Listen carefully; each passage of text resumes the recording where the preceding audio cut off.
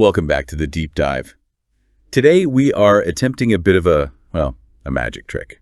We're going to try and convince you that the most exciting, volatile, and revolutionary information age wasn't the one that gave us the internet. That is a bold claim to start with. I know, right? But if you look at the stack of research we have in front of us today, and it is a massive stack, I think it holds up. We're traveling back to 1558. The Elizabethan era. Right. And usually when people hear Elizabethan, the brain just goes into autopilot. We think of, men in tights, women in those giant ruffs that look like serving platters. And maybe a high school English teacher forcing you to read Romeo and Juliet. Exactly. We think of it as a museum piece. Static. Pretty. Maybe a little boring unless you were a real theater kid. But looking at these sources, the pamphlets, the sermons, the paper bullets, as they call them, this wasn't a time of static beauty at all. It was a time of absolute chaos. Complete and utter chaos. It was a fractured, fearful nation trying to invent itself in real time. And the primary weapon they used to do that wasn't the sword, it was the printing press. And that's really the core mission of this deep dive. We aren't just doing a literary review here. We are looking at how a shaky government used ink to survive a war, how the novel was invented, basically, as a distraction from the plague. And why this specific moment in time created what the writer C.S. Lewis called a nest of singing birds. We're also going to look at the economics of it all, too, because as we're going to see later with someone like Edmund Spenser, being a genius poet in 1590 was, a pretty great way to starve to death. It was not a lucrative career path, no. So let's jump into the first section of the outline, the context, because you really can't understand the literature if you don't understand the fear. Absolutely. So let's set the scene. It's 1558. Queen Mary I, who history has not been kind to, calling her Bloody Mary, has just died. She was Catholic. She spent her entire reign burning Protestants at the stake, trying to drag England back to Rome. A pretty brutal time. Very. Now, her half-sister Elizabeth takes the throne. Elizabeth is Protestant. But her position is incredibly weak, right? I love this metaphor from one of the historical sources we looked at. It described the Church of England not as this big stone fortress, but as a growing human. Yes, this is a crucial distinction to make. It's so important. We tend to think of the Church of England as this monolithic, established institution that's always been there. But in 1558, it was brand new and incredibly fragile. So what was the metaphor? The source describes English Protestantism under Henry VIII as a vulnerable infant. It existed, but only because the king, its father, said so. It couldn't stand on its own. Okay, so Henry breaks with the Pope for his own reasons, and poof, the infant church is born. Then under Edward VI, Henry's very young, very zealous son, the church was described as a headstrong, erratic child. It was growing fast, but it was chaotic, smashing statues in churches, changing all the rules every 5 minutes. Right, and then Mary comes in. And under Mary, it becomes a chastised youth, it gets beaten down, forced into hiding, living in fear for its life. So Elizabeth inherits this chastised youth. She comes to the throne, and she has to prove to the whole world, and specifically to the huge Catholic powers of Europe like Spain and France, that this youth is actually a legitimate adult, that it has a right to exist. And that is precisely where the printing press becomes a weapon of war. We call it the paper war. You have to remember the Catholic Church had centuries of history. They had the Pope. They had the entire intellectual tradition of Europe behind them. The English Protestants they had Elizabeth and a printing press. And so they needed to flex. They needed to show some muscle. Muscle flexing is exactly how the research describes it. They needed a text that could stand toe-to-toe with centuries of Catholic theology. They had to prove they weren't just a bunch of angry rebels. And they got it. They got it in 1562 with Bishop John Jewel's Apologia Ecclesiae Anglicanae. Which means the apology for the Church of England. But apology here doesn't mean saying you're sorry. No, not at all. It's the classical Greek apologia, which means a formal legal defense. Think of it like a closing argument in a trial. Jewel argues very cleverly that the Church of England isn't some new invention. He says it's a return to the original, pure Church of the Apostles before, in his view, the Pope corrupted it with all these medieval innovations. That's a brilliant pivot, really. He's saying, we aren't the rebels. You guys are the ones who deviated. We just went back to the source code. Exactly. And this one book set the tone for the next 40 years of debate. But, and this is the fun part for us, it wasn't a polite academic tea and crumpets kind of debate. The sources use words like virulent and pugnacious. I was reading through some of the excerpts of these pamphlets, and the insults are just top tier. It honestly reminds me of arguments on social media today, just with a much better vocabulary and much higher stakes. The stakes were literally life and death. This is so important to understand. If you were a Catholic writer, a dissident, you couldn't just go to a printer in London. The government would find you, smash your press, and throw you in the Tower of London. So what did they do? You had to use a secret, hidden press, or you had to go abroad to places like Antwerp or Louvain. You'd print your attacks on the Queen and her bishops there, and then you'd have to smuggle them back into England. How? In wine barrels, in crates with false bottoms, any way you could. It was an underground operation. And the vitriol. It wasn't just, I disagree with your interpretation of this verse. It was deeply personal. The sources say that the kind of bitterness Protestants used to reserve only for the Pope in Rome, they started aiming at their own English neighbors who happened to be Catholic. It completely polarized the country. You had to pick a side. But what I find so fascinating is how this war wasn't just for the elites, the people who could read Latin and debate theology.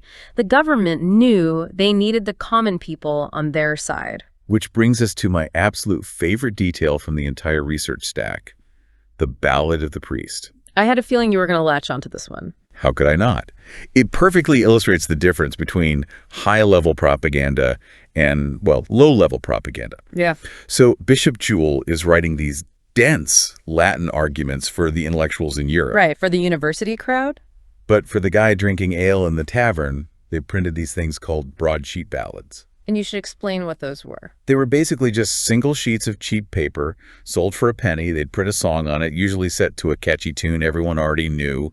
It was the mass media of the day, the radio, the viral video, all rolled into one. And this specific ballad you mentioned tells the story of a Catholic priest who is illegally saying Mass, and the lyric says he lost his nose. And the line from the source is, his smiller is smitten clean from his face. It's so crude. It's such vulgar playground humor, because the implication isn't that he lost his nose in a heroic duel or some noble accident.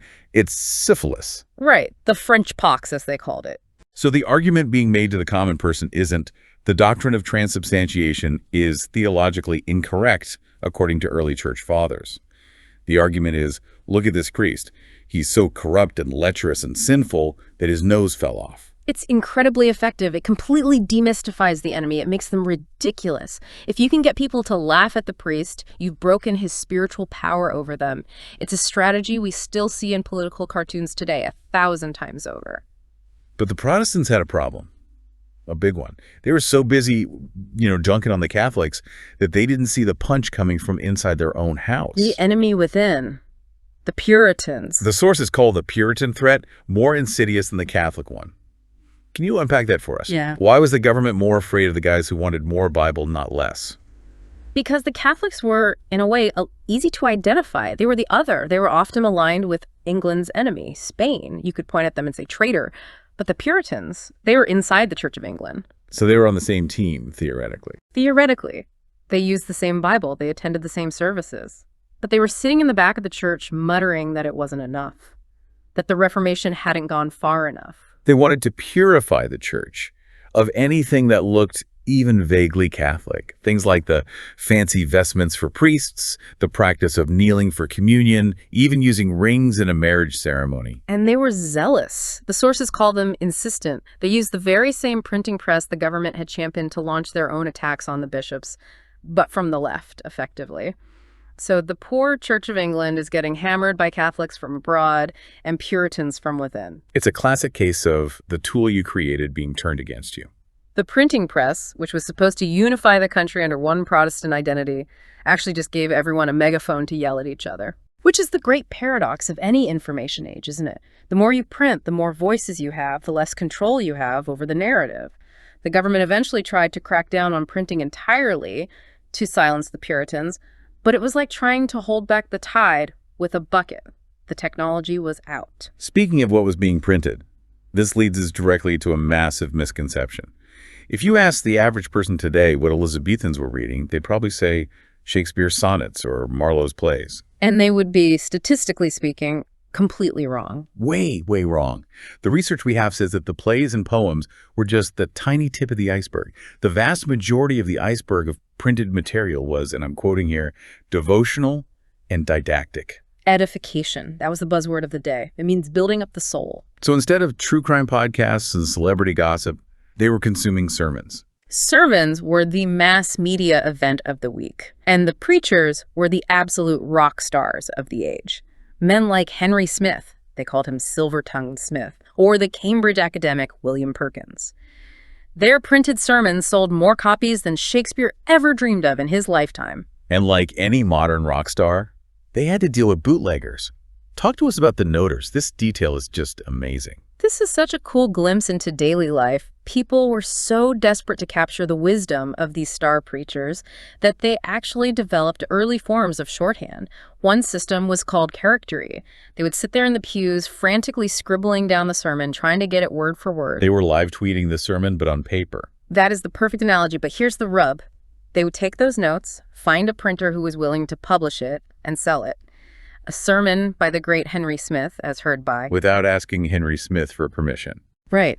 And as you can imagine, the notes were often wrong. They'd miss a crucial "not here" or scramble a complex theological point there. So you have these famous preachers having to rush out authorized versions of their own sermons just to correct the record because the pirated versions were making them look like heretics. It just highlights the incredible hunger for this kind of content. Why were they so obsessed? Was it just that everyone was incredibly pious back then? It was also fear. A deep, pervasive fear. We have to remember the physical reality of living in, say, 1590. The sources mention the plague constantly, sickness, and, as one text put it, death working overtime. That is a chilling phrase. Death working overtime. It is, but Yeah. It was their reality. In London, during a major plague year, thousands of people could die in a single week. The death carts would come through the streets with someone shouting, "Bring out your dead!" Death was everywhere. It was random, it was agonizing, and it was unavoidable. And the worldview was so different. If I get the flu today, I think, okay, I picked up a virus somewhere. If an Elizabethan got the plague, their first thought was, God is shooting arrows at me for my sins. Exactly. Sickness wasn't a biological event. It was a message from God. It was a judgment. So you desperately needed a manual to help you interpret that message. That's why a whole category of bestsellers was the literature of comfort. Books with titles like The Sick Man's Salve. Which sounds like a medical textbook, but it's not, is it? Not at all. It's a spiritual survival guide. It didn't tell you how to lower your fever with herbs. It told you how to keep your spiritual composure while you died so you wouldn't despair and go to hell. It was about the art of dying. You had to die well, you had to make a good speech at the end, confess your sins, and show everyone you were saved. Cheerful stuff. Mm-hmm. But I guess if death is that close all the time, you'd want to be prepared. You'd have to be. And all this introspection, this constant checking of your spiritual temperature led directly to the other huge genre, social criticism, what the sources call the mirror literature. The idea that a book is a mirror held up to your soul to show you your own spiritual deformities. Right. The author essentially holds up this mirror and says, look at your soul. It's ugly. Look at the sin of pride, the sin of gluttony. And the one deformity they were absolutely obsessed with was usury. Lending money at interest, which is, basically the entire engine of our modern global economy. To them, it was a cancer. They used the word biting. It was seen as neighbors preying on the desperation of other neighbors. The literature is just full of these terrifying, almost cartoonish portraits of usurers, skinny, grasping, soulless men who would sell their own mothers for an extra percentage point. And why was that the number one social sin? More than, say, lechery or greed? Because it threatened the very fabric of the community bond. It replaced charity and neighborliness with cold, hard calculation. In a world with no social safety net, that was terrifying. Okay, so the printing press is churning out angry religious pamphlets, bootlegged sermons, death manuals, and these anti-banking screeds. It all sounds incredibly heavy. Surely at some point, people just wanted to be entertained. And that is the exact moment where the novel is born. Or, I should say, the proto-novel. Section 3, the birth of prose fiction. This feels like a huge pivot from saving souls to pleasing minds. It's a massive shift. For the first time, you had a rising middle-class merchants, the wives of successful tradesmen who were literate and had a little disposable income and leisure time. They didn't just want to read about how to die well, they wanted a story. They wanted to be transported. And the sources say we see two very different, almost opposite styles emerge: the fancy and the real, Let's start with the fancy, a style called euphuism. which is named after a book by John Lilly called Euphues. I tried to read the excerpt provided in the source material, and honestly, it felt like my brain was doing gymnastics. It is incredibly high-effort reading. It's almost all style. It's defined by extreme ornamentation. Every single sentence is perfectly symmetrically balanced. For example, you get sentences like, though the chamomile, the more it is trodden and pressed down, the more it spreadeth. Yet the violet, the oftener it is handled and touched, the sooner it withereth and decayeth. Okay, so the structure is always, thing A in nature does this, therefore thing B in human life does that. Relentlessly. Yeah. For hundreds and hundreds of pages, similes drawn from this imaginary natural history. Why on earth was this popular? It sounds exhausting. It was a status symbol. It was a verbal code. If you could speak in this euphuistic style at court, you were proving that you were educated, you were witty, you were quick. It was like a rap battle for aristocrats. It was style over substance, and that was the entire point. It showed you had the leisure time to learn how to talk in such a complicated way. And then inevitably, the pendulum swings all the way back. You get the reaction to that, the real. Enter Thomas Nash and his book, The Unfortunate Traveler. This was published in 1594, and reading the descriptions of it, it feels modern. It's what we call the picaresque novel. It's the story of a rogue, a scoundrel, named Jack Wilton. He's not a noble knight. He's a page. He's a hustler.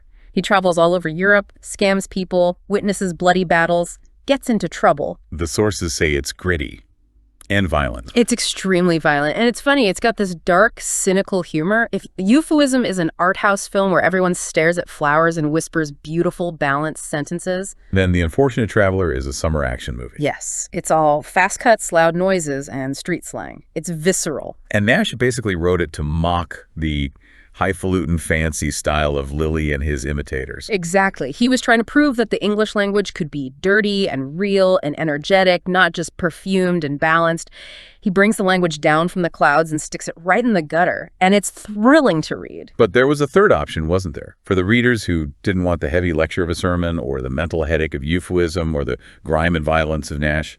There was the pastoral, the escapist fantasy. You're talking about books like Sir Philip Sidney's Arcadia or Robert Greene's Pandosto. And this genre is all about shepherds, which I always find a bit funny. Why did the most urban, sophisticated people in the world living in bustling London want to read endless stories about guys watching sheep? Because the city stank, literally and figuratively. London was crowded, it was disease-ridden, it was noisy, and it was politically dangerous. The pastoral offered an escape to a golden world, a fantasy place where the biggest problem wasn't the plague or the Queen's secret police, it was, does she love me back?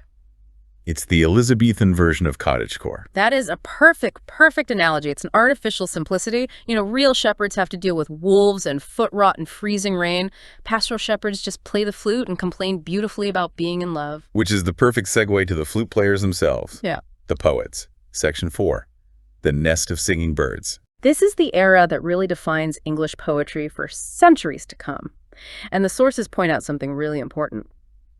In the early 1500s, England was considered a poetic backwater. It was poetically barren.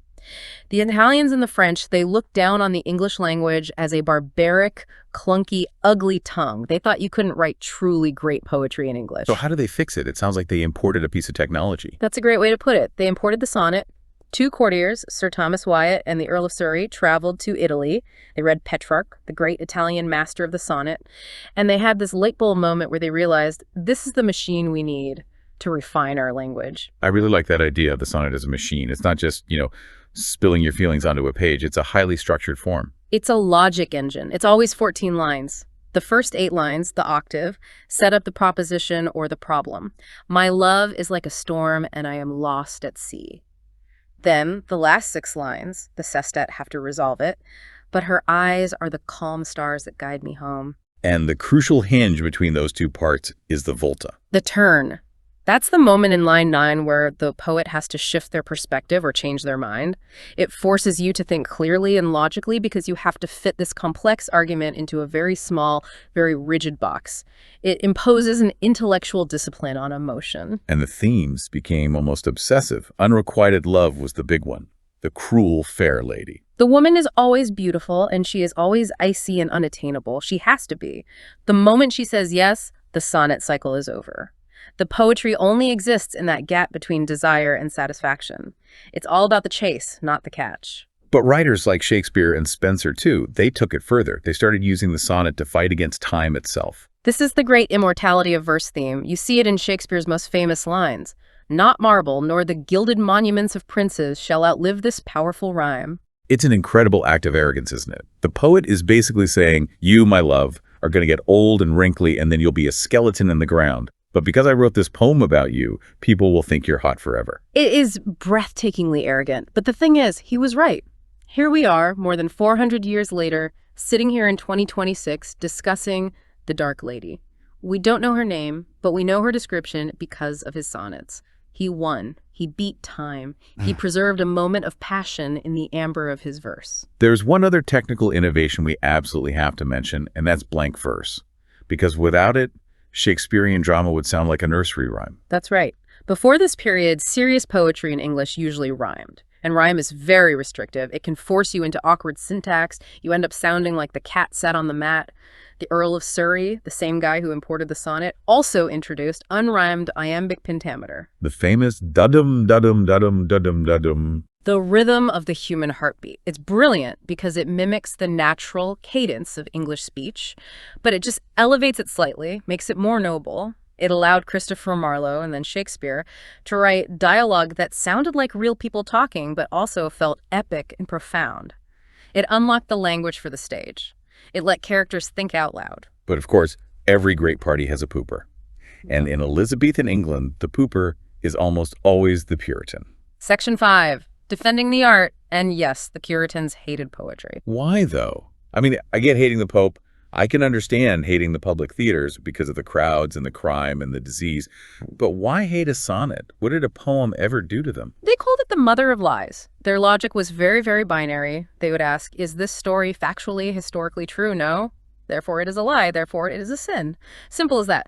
Plus, it excites the passions. It makes you feel things you shouldn't feel about love or beauty instead of thinking about God. So Sir Philip Sidney, who is basically the Captain America of this entire era, a famous soldier, a brilliant poet, a perfect courtier, the guy everyone wanted to be, he decides to write the ultimate clapback, the defense of poesy. It's structured like a formal legal defense. He puts poetry on trial, with history and philosophy as its rival. And he argues that poetry is actually superior to both of them. He does. He says philosophy is too abstract and difficult. It gives you precepts, which are just rules. Be brave, be honest.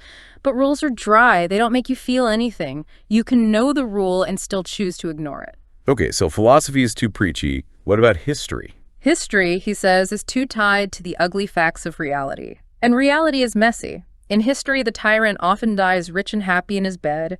The hero gets betrayed and beheaded. History can't reliably teach you moral lessons because it's full of injustice. It teaches you that sometimes evil pays off. So the poet comes in and creates a golden world. Exactly. Sidney argues that the poet does something unique. He combines the specific example of history with the general precept of philosophy. He creates an idealized vision of virtue. He shows you a world not as it is, but as it should be. A world where courage is always rewarded and cowardice is always punished. And because it's beautiful and engaging, it moves you to want to be a good person. It's the emotional connection. It's the reason we watch inspiring movies instead of just reading a list of virtues. Precisely. He says poetry is the first light giver to ignorance because it makes learning pleasant. It's the sugar that helps the medicine of moral instruction go down. And how does he handle that central Puritan accusation, the liar charge? This is maybe the most famous line from the whole work. He says, "The poet, he nothing affirms, and therefore never lieth." Can you unpack that a little? It sounds a bit like a lawyer's trick. It's very clever. He's saying, look, if I write a book and call it A History of the War, and I get a date wrong, then I have lied. But if I begin my story with, once upon a time there was a dragon, I am not affirming that dragons exist in the fossil record. I am inviting you into an imaginary world. I am dealing in what might be or what should be, not what is. The willing suspension of disbelief, as Coleridge would later call it. Exactly. We, the audience, enter into a contract with the artist. We know it's not real. We aren't being tricked. We are being invited to play a game. I love how he ends the whole essay. It's not a polite academic conclusion. It's a straight-up curse. It's great, isn't it? He basically says that if you are so dull, so earthbound, that you can't appreciate the gift of poetry, then he wishes two things upon you. First, that you fall in love but can't write a sonnet, so you have no way to express your feelings and you fail. Rush. And then the final curse, may you die without an epitaph. Which, for an Elizabethan so deeply concerned with memory and legacy and fame, is the ultimate middle finger. It means, may you be forgotten by history. It brings us right back to that central fear of oblivion. The only thing that truly survives is ink on a page. If the poets don't write about you, you simply disappear. So Sidney mounts this beautiful, noble defense of the idea of poetry. But our last section, section 6, takes us down to the gritty reality of the struggle of being a poet. Because while Sidney was a rich nobleman writing for pleasure, most writers were not. No, not at all. For this, we have to turn to Edmund Spenser's The Shepherdess Calendar, specifically the eclogue or chapter for October. This is the reality check. It's a dialogue between two shepherds who are really stand-ins for poets. There's Cuddy and Piers, and Cuddy, the main poet, is, well, he's broke and depressed. Cuddy is the freelance artist, the gig worker who hasn't been paid. He says his oaten reeds, his flute are worn out. He's tired. He uses that old fable of the grasshopper and the ant. The poet is the grasshopper. He sings all summer, bringing joy to everyone, but when winter comes, he starves to death while the practical ants are warm in their homes.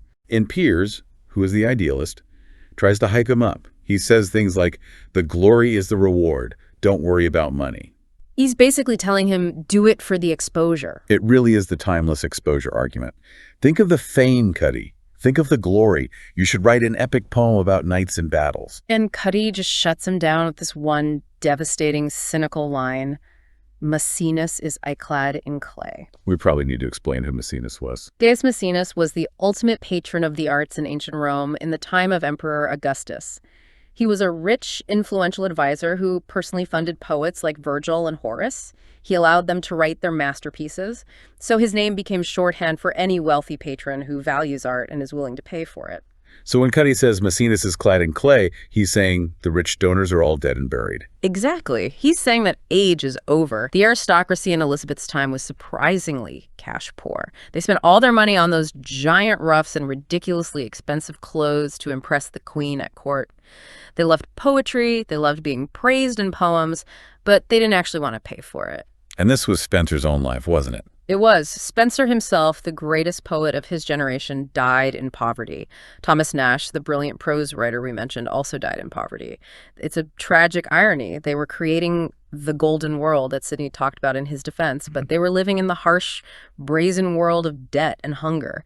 It's the eternal tension of the arts, isn't it? The art is supposed to be divine and immortal, but the artist is a human being.